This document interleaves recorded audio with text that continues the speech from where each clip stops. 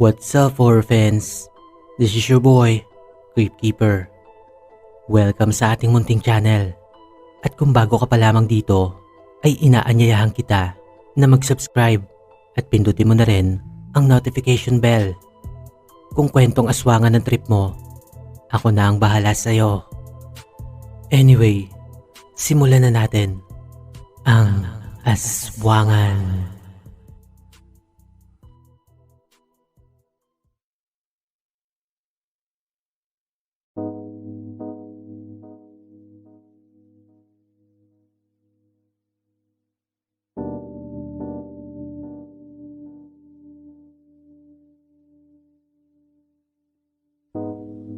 Malungkot naming nilisan ang kuta ng mga alamid. Napagpasya namin ni Don Lupo na puntahan sina Dante sa kaharian ng mga banakon. Halos mawala na kami ng pag-asa dahil inabot kami ng 3 araw bago pa kami natagpuan ng isang tauhan ni Dante. Nakalimutan namin na sadyang nakatago nga pala ang lugar na yon. Mabuti na lamang at nakita kami ni Tandang Kusinero. Namukaan pa rin ako ni Tanda. Noong una ay nag-aalangan pa ito dahil nga sa nabalitaan nila na isa na akong amangwa. Mabuti na lang at nakumbinsi din namin si Tanda ng lumaon. Ipinaalam nito sa hari nilang si Dante ang pagdating namin.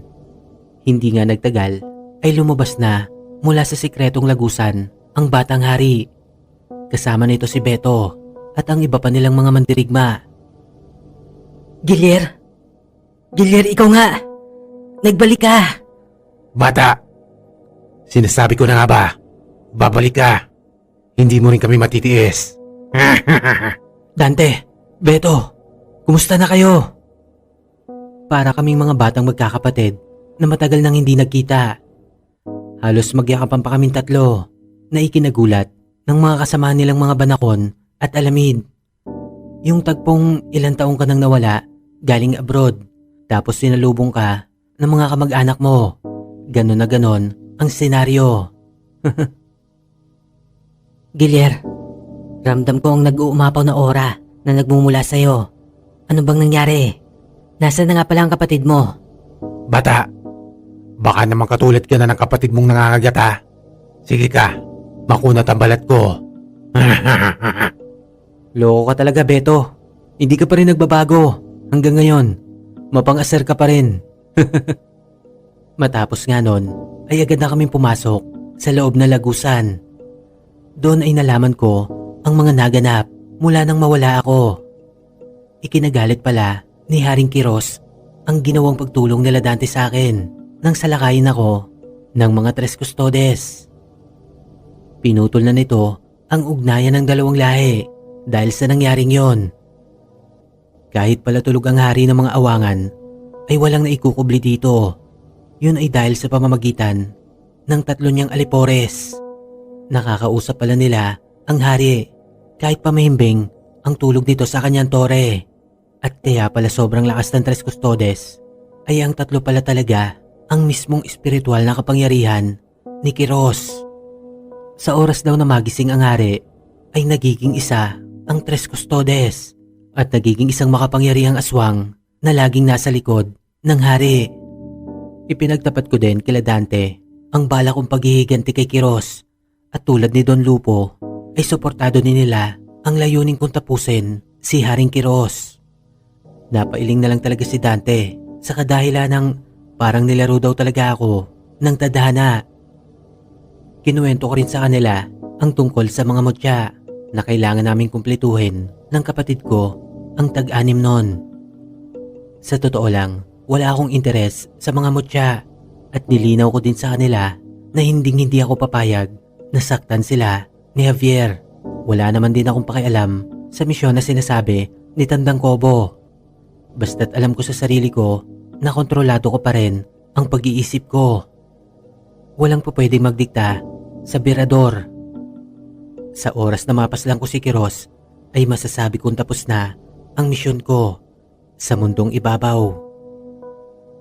Alam mo, Gilier, laking pasasalamat talaga namin dahil ikaw ang isa sa itinakda. Kahit papano ay nabawasan ang pangamba namin.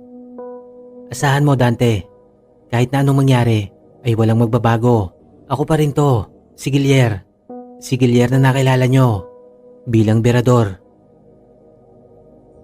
Matapos ang kamustahan at palitan ng impormasyon, ay sinubukan namin mag-ensayo kinabukasan.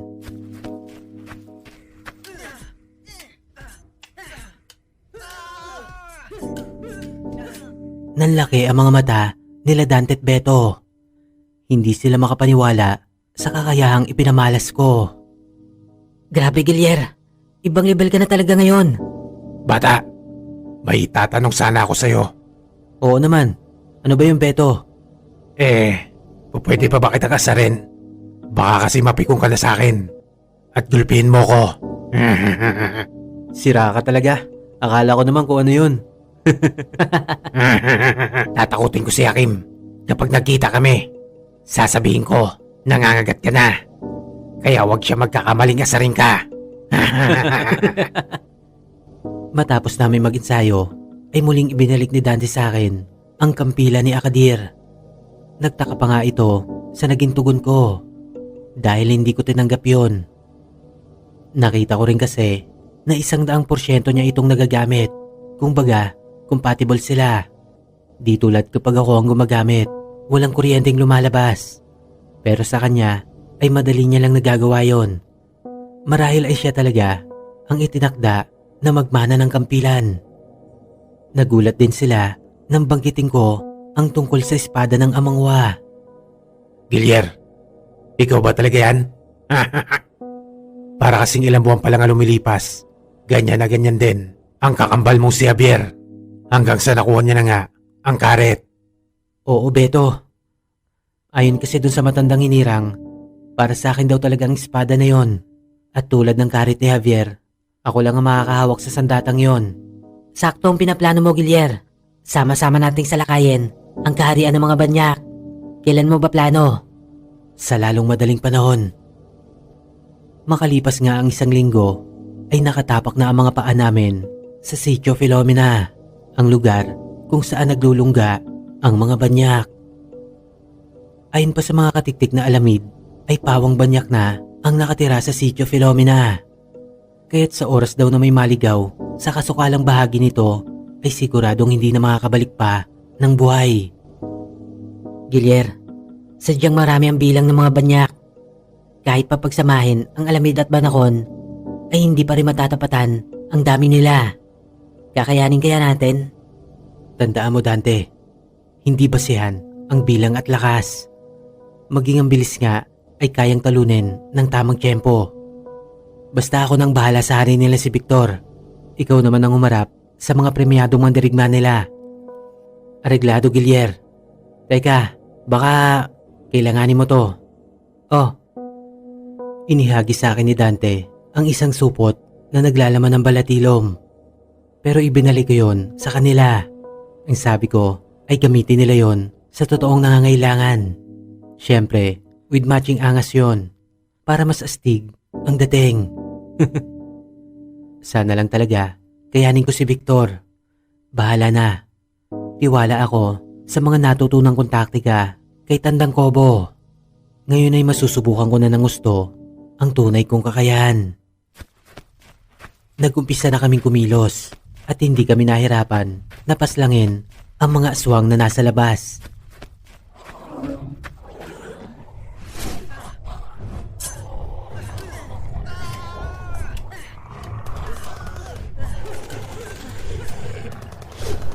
Sa totoo lang, konti lang kasi ang bilang nila. Dahil ang lahat daw ay nasa loob ng kuweba naninirahan. Parang mga banakon din pala ang peg nito, pero sadyang mas peligroso. Nang maubos na namin ang mga bantay sa labas, ay sinubukan kong hagisan ng sleeping bump ang entrada ng isang malawak na kuweba. Ilang minuto lang ay nakakapangilabot ang naganap. Halos mabingi kami sa napakatinis na tunog na unti-unting lumalakas. Nanggagaling ang tunog na yon sa loob ng kuweba. Laksa-laksang nagliparan ang mga banyak papalabas. Para talaga sila mga panike. Malalaki lang talaga. Sa bungat pa lang ng kuweba ay nagpaulanan ng bala ang hukbo ni Beto tungo sa mga banyak. Habang kami naman nila Dante ang sumasalubong sa mga nakakalusot. Marami ang napapaslang ng mga kasama namin gamit ang baril na may specialized na bala para sa mga aswang. Pero hindi pa rin mabilang ang mga nakakalusot. Tek na yan, ano bang klaseng mga aswang to? Tila walang katapusan ang bilang nila. Nako, naloko na. Mas malala pa ito sa inaasahan namin. Bahala na, sa bayan na to. Gamit ang kampilan ay nakakapas lang si Dante nang hindi bababa sa 10 bawat wasiwas niya nun. Habang si Beto naman ay grupo din ang napapas lang gamit ang latigong gawa sa laso ng banakon. Maging si Don Lupo ay tumulong din sa pakikipaglaban. Wala ayaw magpaawat ng matanda. Hindi daw siya papayag na maging walang silbi. Sa bagay, malakas pa rin talaga siya kahit na may kaidara na. Pero ang mas kinagulat ko ay nang makita ko ang bangis ng kapatid ni Dante habang nakikipaglaban nito. Sadyang malakas ang pisikal na pangangatawan nito kahit bata pa lamang. Ayon kay Dante, kahit nawala na ang mutya ng banakon, ay meron naman daw silang tinatawag na trabungko ng banakon. Isang uri din daw yon ng mutya at yun daw ang taglay ng kapatid niya mula sa yumao nilang ina. Tanga na ni Yumir ang espadang tanso ni Dante. Ayos, kahit papano ay nakakasabay ang grupo namin. Ako naman ay mistulang nagpupudrip na naman. As usual, nilantakan ko ang puso ng bawat banyak na napapaslang ko. Grabe, hindi talaga ako nabubusog. Sa tansya ko ay nasa 300 na ang nakain ko. Pero sabik pa rin ako sa puso nila. Damang-dama ko rin ang lakas na dumadagdag sa akin. Amazing. Okay na sana ang lahat. Pero naging ibang usapan na nang naglitawan ang mga premyadong mandirigma ng mga banyak. Grabe, sobrang dami din nila. Hindi ako sigurado, pero parang nasa 3,000 ang bilang ng mga higanting banyak. Oo nga't marami kaming napaslang ni Dante, pero sobrang dami din talaga ang nalalagas sa aming mga kasamahan. Kung gamit ko sana ang espada ng Amangwa, malamang mas marami pa akong mapapaslang. Malaking tulong din talaga ang mga sumpet na may lason ng mga banakon. Kahit kasi nasa ere mga banyak, kapag tinamaan nun, talagang parang papel na bumabagsak. Ganon din ang mga higanting ahas na mandirigma ng mga banakon. Nagagawa nilang makasabay sa mga higanting banyak.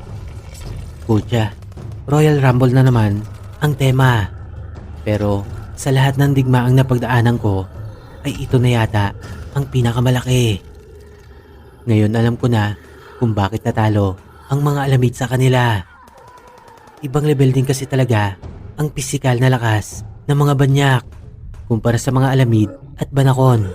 Kumbaga 3:1 ang laban.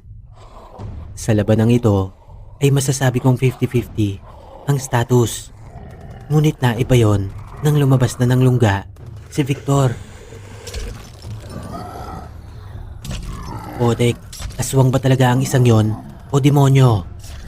Ang pangit kasi talaga at talagang nakakatakot ang datingan niya. May dalawang naglalaki ang sungay sa noo, si Ungas. Tapos malabay din ang pakpak niya na para bang pterodactyl. At ang mukha niya hindi talaga kanais-nais. May buntot pa nga siya, kaya parang diablo talaga. Tulad ni Haring Koso ay may espiritual na kapangyarihan din siya na makikita sa kanyang likuran. Ang angas din talaga. Kumikinang pa ang tangan niyang parang tabak at sa isang kumpas niya lang ay talaga naman nagtuturitan ang mga banakon at alamid. Kaya't bago pa siya makapaslang na marami ay buong tapang ko na siyang inatake. Todo lakas kong inahataw sa kanya ang tangang kong espada. Buisit, naputol lang yon. Parang katawan lang na saging na dumaan sa matalim na metal. Tinawanan lang tuloy ako ni Ungas. Sinundan ko agad yon ng isang napakalakas na suntok tungo sa mukha niya. Ayos, tumalsik at bumaon siya sa batuhan. Hindi na ako nagpatumpik-tumpik pa. Sinundutan ko pa siya ng isang malakas na sipa. Tek na yan, ba't ganon? Wala akong tinamaan. Sigurado ako, aabutin siya noon. Pero bakit nawala siya? Nilingon-lingon ko ang paligid hanggang sa bigla na lang ako nakadama ng isang malakas na pag-atake. Asar, ako naman ang bumaon ngayon sa ibaba. Sobrang lakas talaga ng suntok na yon. Tumama sa pangako. Damang-dama ko ang puwersa niya. Buisit. Sa palagay ko, ay ikaw na ang amangwa na umubos sa aking ukbo. Akala ko pa naman, nakakatakot ka. Mahinang nilalang lang pala. Aba, lokon to ah. Isa't kalahating hambog din. Aaminin ko, malakas si Ungas. Sa tingin ko, pantay lang kami. O mas angat pa siya ng bahagya. Sinigundahan niya ako ng pag-atake habang nakandusay pa ako. Siyempre, hindi rin ako magpapatama. Mabilis ako nawala sa pwesto ko at ang kasunod nun ay hawak ko na ang buntot niya. Bitawan mo yan! Buwisa! Tignan ko lang kung Buisit hindi ka ka. mawindang dito, Ungas. Napahit ka! Winasiwas ko siya ng buong lakas. Paikot yon at pabilis ng pabilis. Bago pa man niya maihataw sa akin ng tabak niya, ay inihagis ko na siya sa batuhan. Baon si Ungas at halatang nahilo. Siyempre, sinamantala ko na yon para paulanan siya ng mga suntok. Hindi ko tinigilan ang pag-atake sa kanya hanggang sa magmukhang teddy bear na ang mukha niya. Habang ginugulpi ko siya, ay sumigaw siya ng pagkalakas-lakas habang parang nagcha-charge. Ang sakit sa tenga nun, nakakabingi. Tumalsik pa ako ng bahagya. Tek na yan, mas ikamamatay ko pa yata ang baho ng hininga ng aswang na to kesa sa mga patama niya sa akin.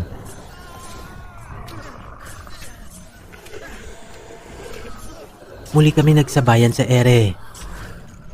Shit, mukhang tama ako. Mas angat nga ang pisikal na lakas niyang taglay. Sa palitan kasi namin ng suntok, kaya ako yung sumuko at umilag. Ano? Kaya mo pa ba amangwa? Kung sa akin nahirap ka na, paano mo pa kaya harapin ang ibang lahi ng mga aswang? Ikaw na ba talaga ang pinagmamalaki ng mga hinirang? Mahinang nilalang.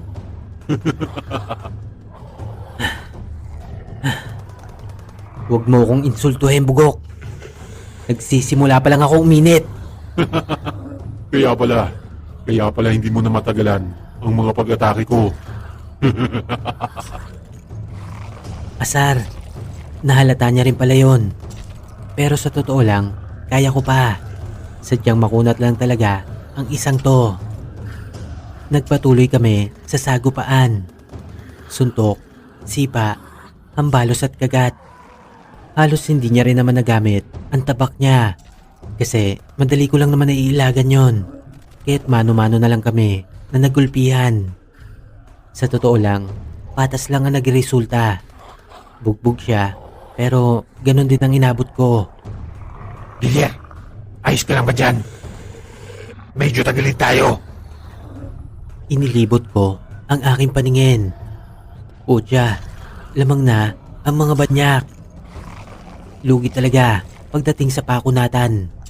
Oo nga't nakakasabay ang mga alamid at banakon. Pero sadyang mas mahirap patayin ang mga banyak. Kitang-kita ko na ang hirap ng mga kasama namin. Hindi kaya masyado kami nagmadali ni Dante? Malaking pagkakamali yata ang desisyon namin na sugurin agad ang kaharian ni Victor. Naloko na. Hindi na kami pa pwedeng umatras pa. Tagilid na talaga kami. Madami pa rin kasi ang mga kalaban. Pero ang grupo namin ay mahigit sa kalahati na lang. Halos mawala na ng pag-asa ang mga kasama naming aswang. Iilan na lang kasi kaming nakakasabay. Mga premyadong alamid, Panakon, si Dante at Beto, si Yumir at Don Lupo. At ang iba ay hirap na talaga. Maya-maya pa ay nagulat na lang kami nang biglang naglitawan sa kakahuyan ang grupo ng mga awangan. Hindi sila ganong karami pero nagbigay yon ng pag-asa sa mga kasama naming alamid at banakon. Sa di kalayuan ay may tumawag ng pangalan ko. Si Hakim. Ano, Gilier? Kaya pa? Bakit parang nagbuka ka ng teddy bear dyan? Hoy, Hakim. Hindi mo na pa pwedeng asarin si Gilier ngayon. Minsan, hindi na yan nakakakilala. Bigla na lang kasi siyang nangangagat. Hindi ko maipinta ang reaksyon ng mukha ni Hakim. Hindi niya kasi alam kung ini-stir lang siya ni Beto o nagsasabi talaga ng totoo. Sinabayan ko pa ng mabangis na pagtingin kaya't nag-alangan din talaga si Kumag. Sabi ko na nga ba, hindi niya rin kami matitiis. Kahit ilan lang sila ay sobrang laking tulong talaga. Nabuhayan kasi ang mga aswang na kasama namin at unti-unti na ulit kaming nakakasabay. Patuloy kami nagulpihan ni Victor. Medyo nagsasawa na nga ako eh. Ewan, pero parang hindi ko nadama ang bawat pag-atake niya. Siguro namanhid na ang katawan ko. Nagulat ako kay Dante. Bukod kasi sa nakakapagpaulan na siya ng kuryente, ay talaga namang lumaki na ang kanyang espiritual na kapangyarihan. Malaprokoso na rin ang datingan. Sa kakamasid ko sa kanila, ay mas lalo tuloy akong nagulpe ni Victor. Buisit. Malapit na tuloy ako maniwala na hindi ko talaga siya kayang talunin.